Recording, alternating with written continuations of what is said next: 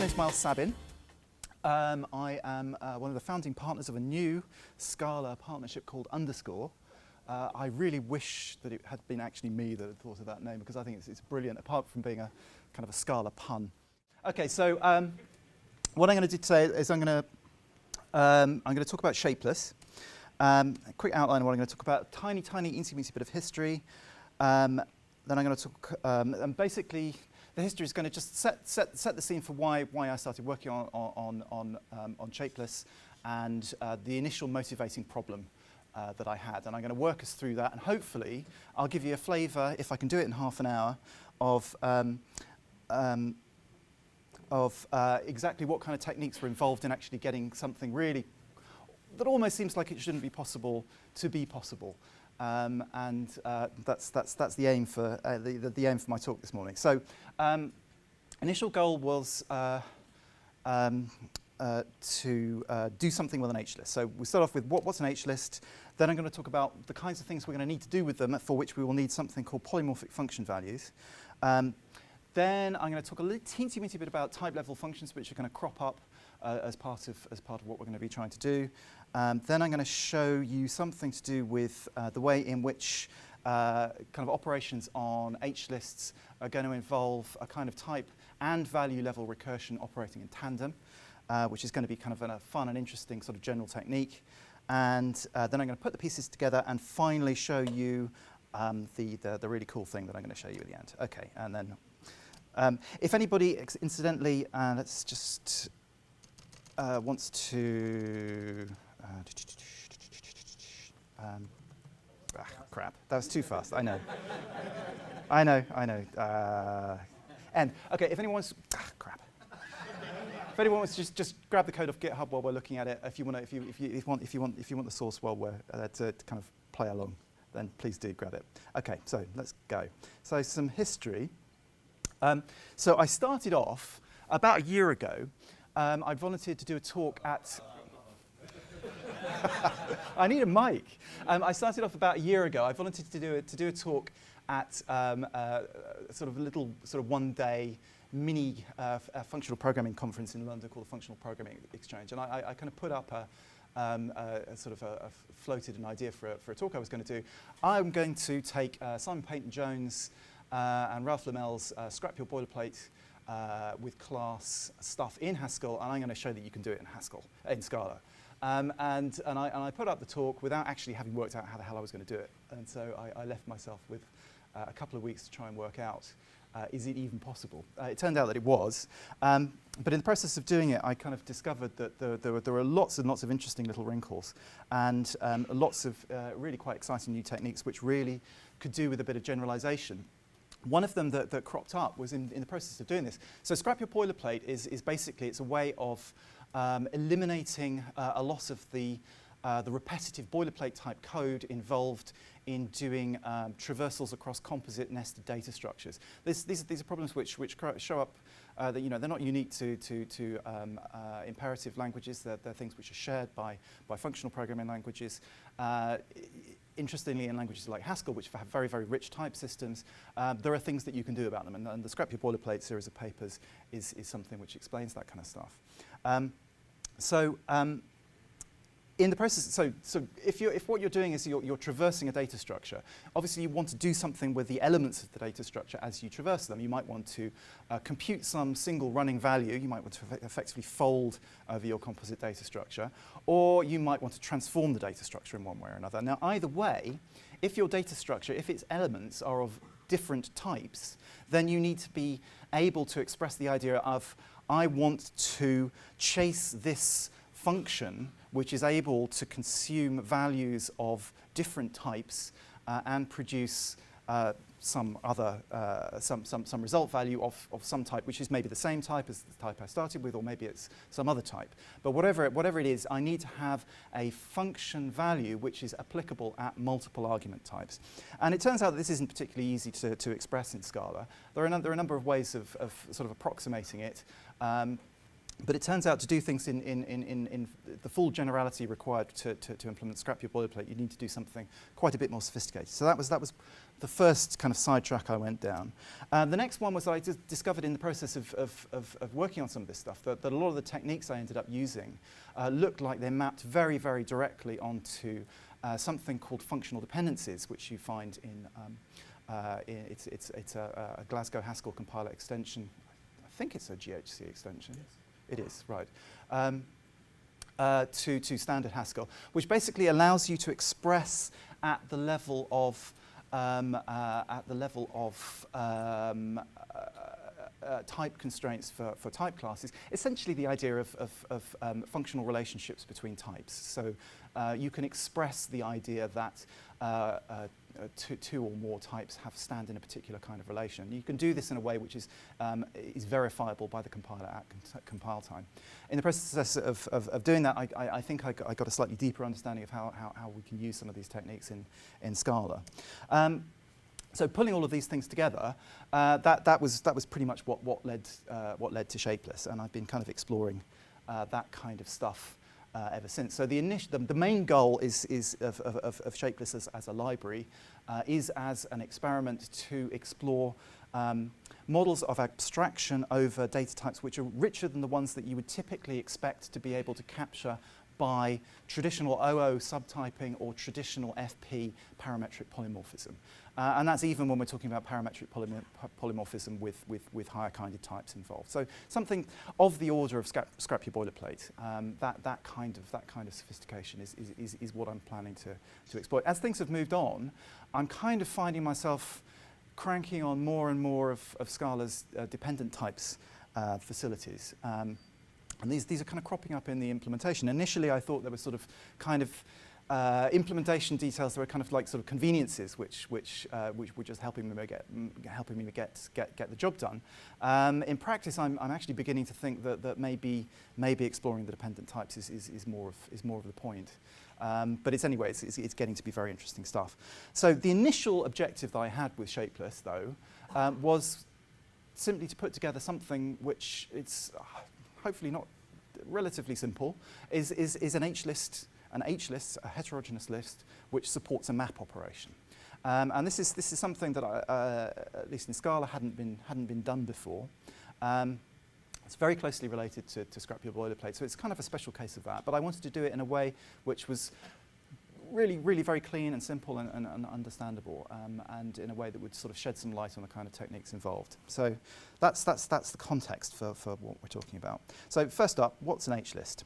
So HLists, they combine characteristics of both lists and tuples. So tuples are fixed-length sequences of elements of distinct types. Once you fix the arity of a tuple, you're stuck with it. On the other hand, each element of a tuple can be of a different type. On the other hand, lists are variable length sequences of elements, but all of the elements have to have the same type. So there's an interesting kind of like sort of duality between these two types. Obviously, when I say variable there, I mean it's not really variable that we're talking about. Variable in the sense of we're talking about immutable data structures. So it's in the sense of the type is capable of the list type is capable of being inhabited by list values of different lengths is what I'm trying to capture with that there. If anyone knows a good word for that, then I'd like to know it. So anyway, HLists are a hybrid of those two in a sense, in as much as they capture variable length sequences of elements, each of which can be of distinct types. And this is something which the compiler will track for us. And let's have a quick look. So I'm just going to show you on the REPL what an HList looks like. So we can have val L equals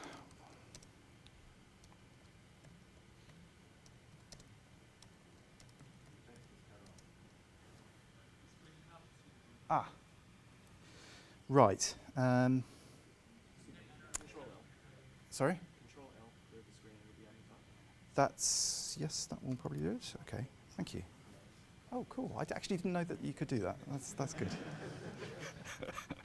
That's really helpful.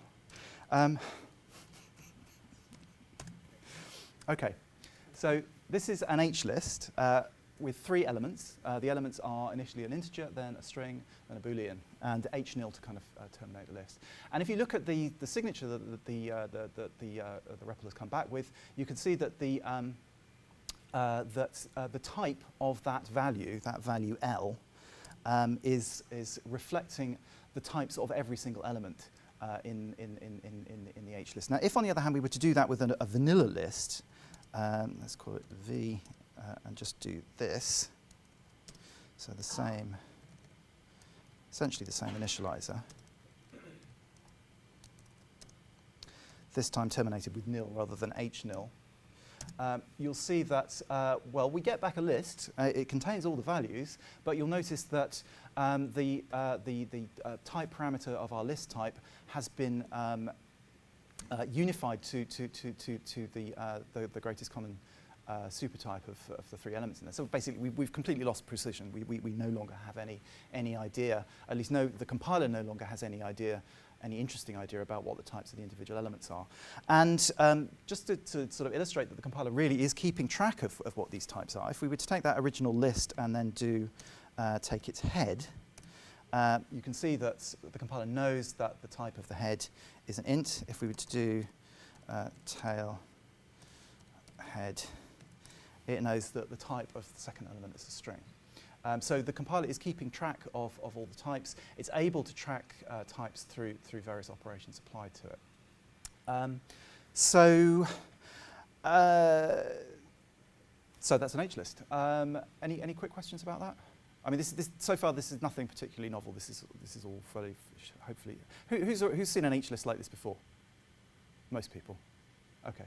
Any questions, or shall I just skip on? I'll skip on. Right. Okay. So now, one of the things that you can fairly obviously do with an ordinary vanilla list is you can map over it. So let's just I don't know, something silly like to string. Oops. Oh.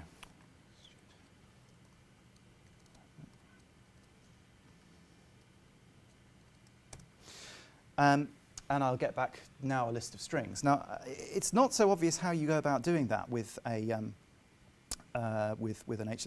Okay, actually, in the case of the toString method, actually that you might think that should work just fine. But in general, if I were to take a function which I can map across a list, it's not obvious how you're going to map across an HList, because obviously each of the elements in the HList is of a different type. So unless your function has an argument type of type any, you've got no guarantee in general that you're going to be able to do anything with it. So one of the things that it's interesting to look at, and it's a fairly natural thing to ask, is can we generalize the idea of function to allow us to generalize the idea of map in a way that allows it to be applied to an HList. Now, one of the things that dropped out of this actually turns out to be a special case of the Haskell scrap your boilerplate stuff.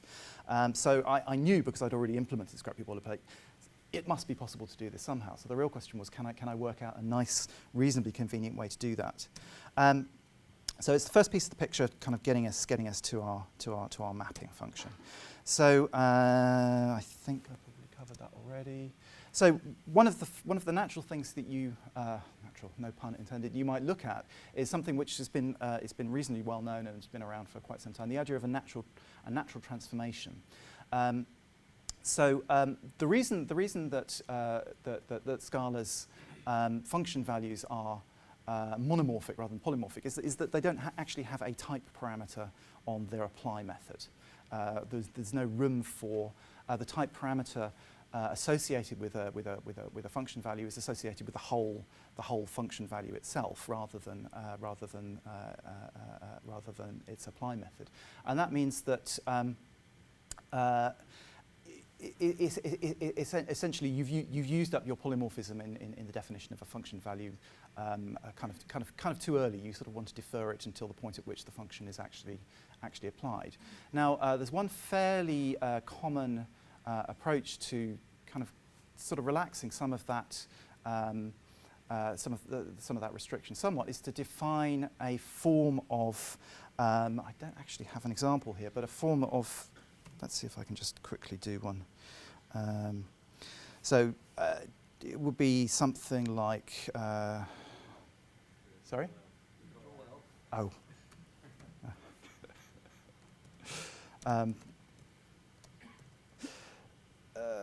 Something like that.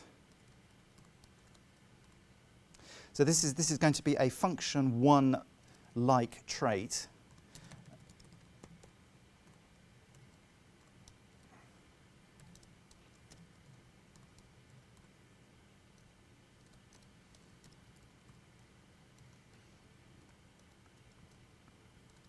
So it's basically it's a very similar shape to a function one, except what we've done is we've added a type parameter to the apply method, and we've also at the sort of the enclosing sort of whole function or value level, we've added a pair of type constructors. And what this values of this type can do is they can, in a function-like way, they can take values of type ft onto values of type gt, where the t part is if you like, it's variable, it's deferred until you actually apply the function-like value, but the f and g parts are kind of fixed.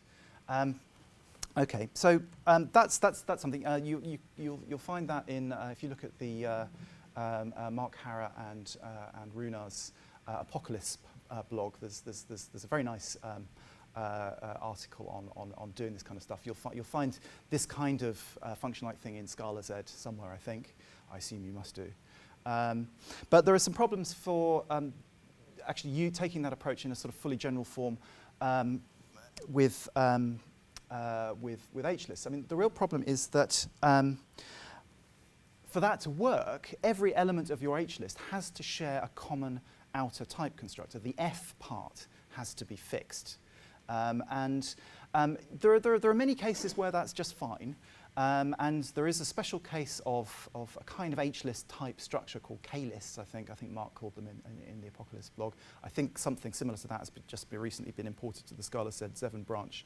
I think it's called a TC list for type constructor list in Scala Z7, and it's fine. And if that's kind of what you need in a particular circumstance, then that works perfectly well. But it's not going to be something that can allow you to map over a completely arbitrary sequence of values of a completely arbitrary sequence of types, because you don't have any guarantee that those types will share a common outer type constructor. And similarly, you might not necessarily want to have to be restricted to having a common outer type constructor for the result type either. You might want more flexibility. Obviously, applications are going to help. But anyway, the scrap your boilerplate stuff in terms of implementation techniques is going to give us a bit of a clue. So the key innovation that Simon Peyton-Jones and Ralph Lamel came up with was the idea of representing polymorphic function values via type classes. So basically, what a type class is going to do is it's going to give you a general signature, a general shape, and allow you to provide instances on a per type basis, which provide implementations corresponding to those different types. And if you think about it, if I'm trying to apply, if I want a generic function, which what I want to do is apply to each of a number of different element types, it makes sense to think of the generic function as being like a type class, and the definitions of that function at the various different types I want to apply it to as being equivalent to a type class instances for that generic type class. And that was kind of their key insight that gave them the scrap your boilerplate with class implementation. So what I have done is bring that back into Scala and do it in a way which kind of gives it a relatively Scala-esque kind of function-like feel. And I think at this point I need to show you something. So let's have a look.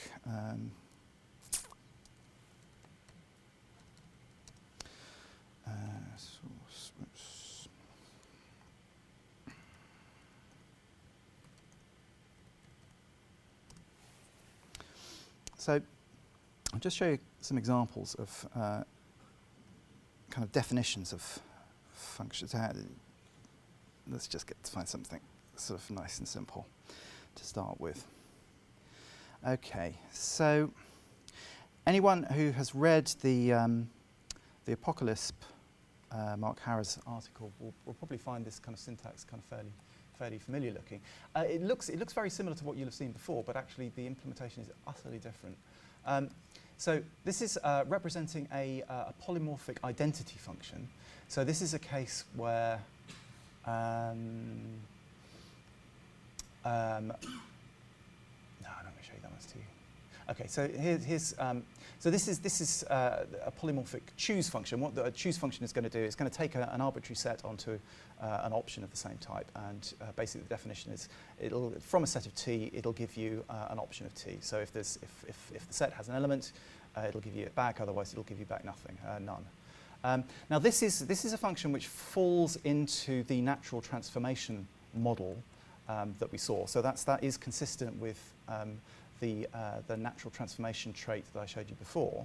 But in this framework, we can do some other things as well. And here's another example, which is maybe a little bit more interesting. So here is an example of a polymorphic function value of two argument types.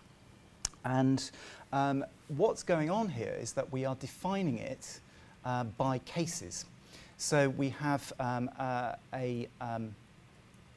collection of cases for, here we have plus defined over integers, so we're taking two integer arguments. Our result type is going to be inferred to be an int. We can define plus for doubles, for strings, for lists in terms of additional doubles, concatenation on strings and concatenation on lists. So this is a polymorphic function value which can be applied to values of any of those types, and it will give you back results of the appropriate type. This is actually a little bit more complicated than I really need to show you in a sense, because obviously it's a function of two arguments, whereas for actually mapping over an HList we only really need one argument. But it's kind of a reasonably good example. So let's just see that doing something if possible. Oops. Control U will do just fine.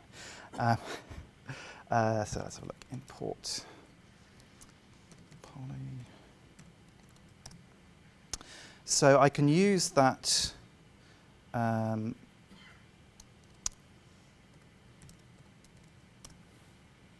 plus method on a. Now that's an interesting type signature. So let's demonstrate that it is actually an int. Whoops.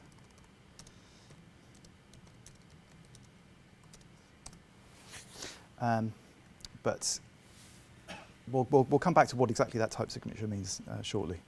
Okay, so we can add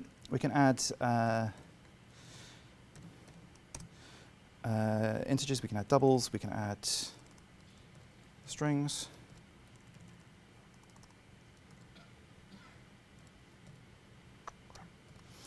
And we get back all of the right results of the right types. And again, if I just verify that, I can do. Oops. Okay. So that's things which look like functions, but which are and they are values. So they are values. They can be passed as values to higher order functions. This is going to be what's going to allow us to actually perform our map. But we still need another bit of the picture, because if we go back to our HList that we had before, so let's go one.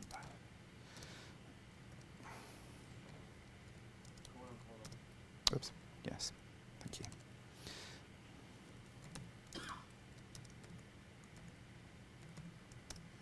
Right, so suppose I have, suppose I'm trying to map something over that HList. Let's suppose I'm trying to map a function which is going to do a generic sort of size computation on the value. So perhaps we could define it to the size of an integer is the integer itself, the size of the string is its length, maybe the size of true is 1, maybe the size of a list is 1. Now in that case, if we map that function across that HList, we are going to get back, we'll get back an HList again, but it's going to be an HList whose type is completely different from the one we start with. It's not going to be an HList of int, string, and boolean. It's going to be, in that case, an HList of int, int, and int. So how do we know? How do we write the signatures? How do we write the signatures of the methods we're trying to define on an HList? So there's another bit of the picture involved here. And this maybe, hopefully, reminds you of some of the stuff I was talking about, functional dependencies at the outset. So let's take a look at a simple-ish kind of example of a way in which we can we can use the type system to compute a result type for a method, is essentially what's going on here. So let's have a look at the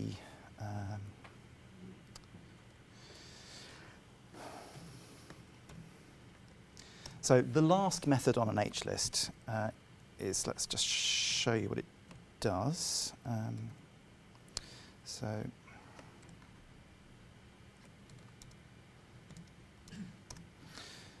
L last. Right, so L last, it's going to give you the last element of the list, just as you would expect it to do on an ordinary list. But it's somehow or other got to work out what the right type is for that result value to be. So it's got to have somehow or other at the type level have traversed the type to compute that the result type of the last method is actually Boolean. It is Boolean, yes it is. Okay, so let's see how does that work then.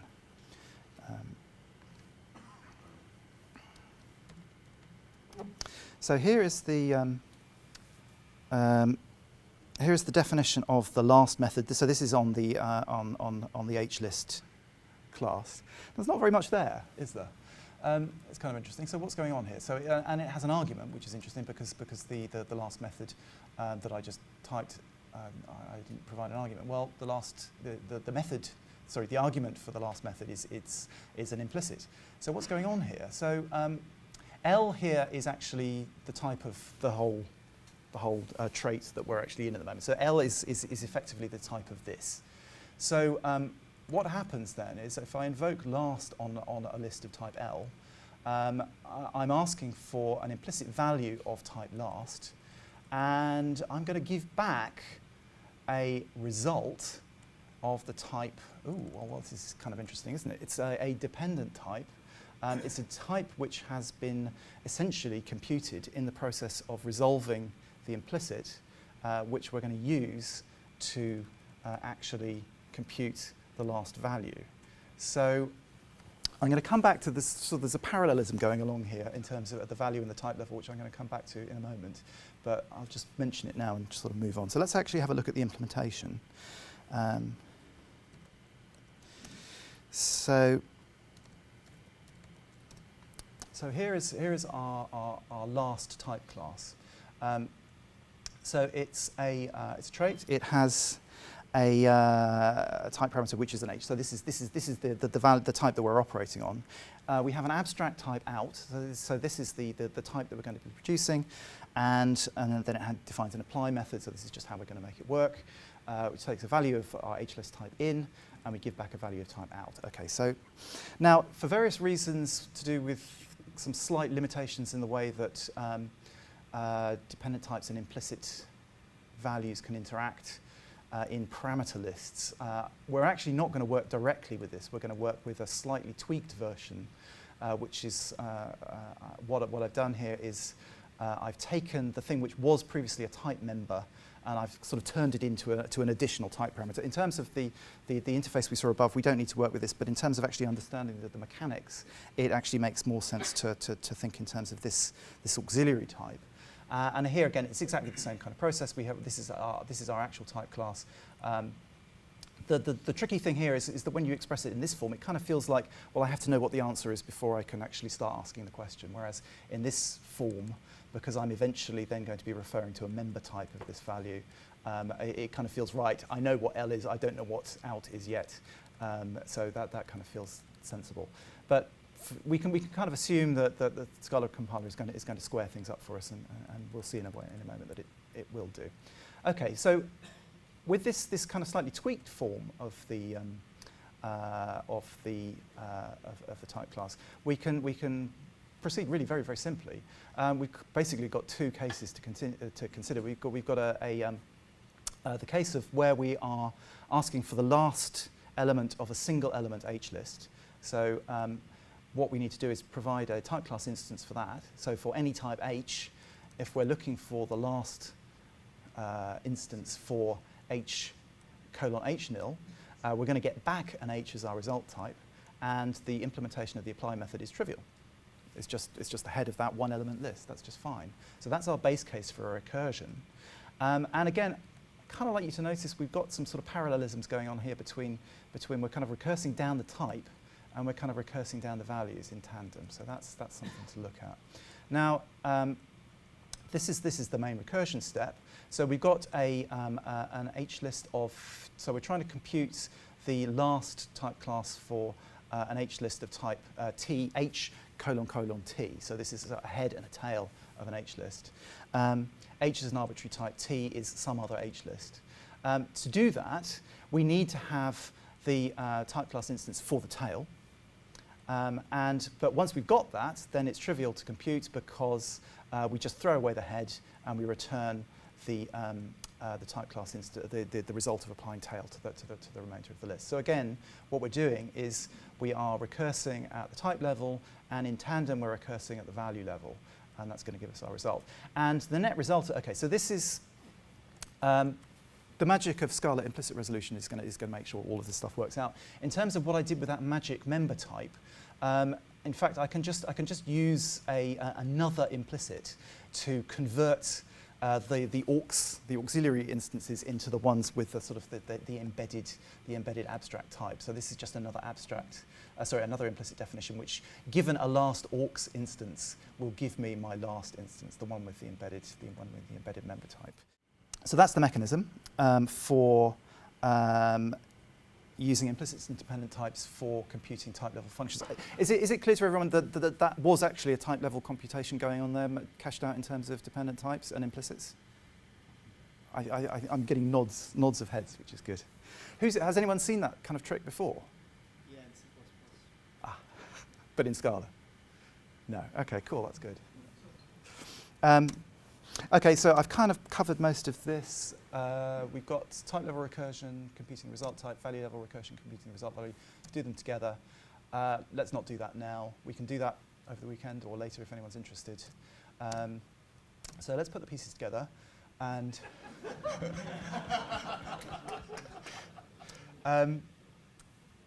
so we're going to have a type-level recursion to do a map. The type-level recursion will compute the result type for us, but it'll do something else as well.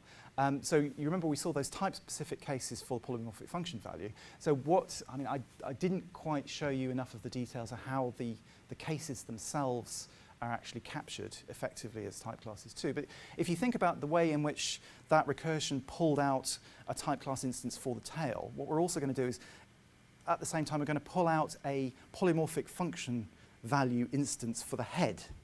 And so basically, you can think of the polymorphic function values as being as sort of collections of type-indexed implementations of the function value. And we can do that at the same time. And I'm actually going to show you the code rather than show it running, because possibly at this point the code is more illuminating. So here's the map function as defined directly on the HList trait. So it takes a function value, so HF of actually it should probably be something else. It was initially HF for higher ranked function, but basically it's a polymorphic function value. So that is a type parameter.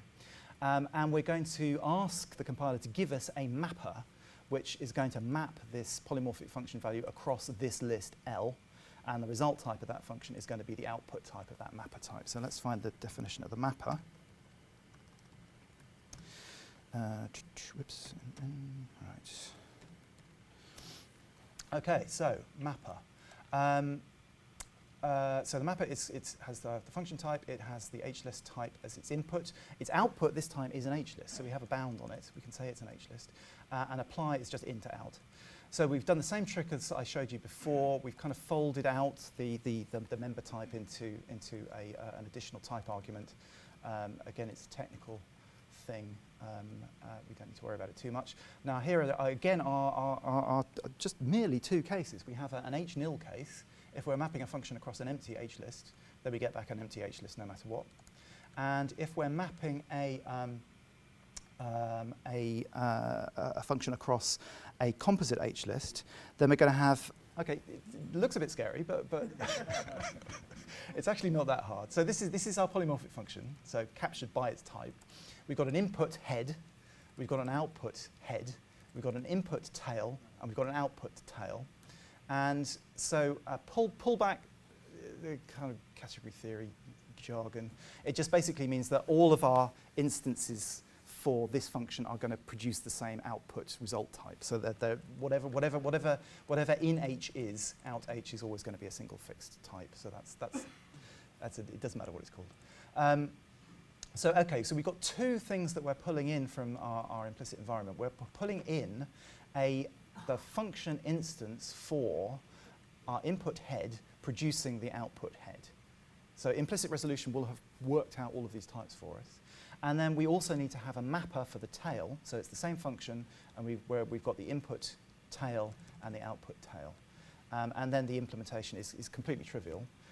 We are just applying the type-specific case of our function to the head, and then we're prepending that to the mapping of the tail, and that gives us our result. All the types line up. All the types have been computed for us by implicit resolution, essentially. And that's it. I can show you doing it, but I'd have to faff around and Nathan is glowering at me, suggesting that I've run out of time. So come and ask me, and I will prove that it works. But fork it, mailing list. I will be writing. I've got a big backlog of articles that I should be writing about this kind of stuff, and talk to me about underscore sometime over the weekend as well. Would be cool. Thank you very much.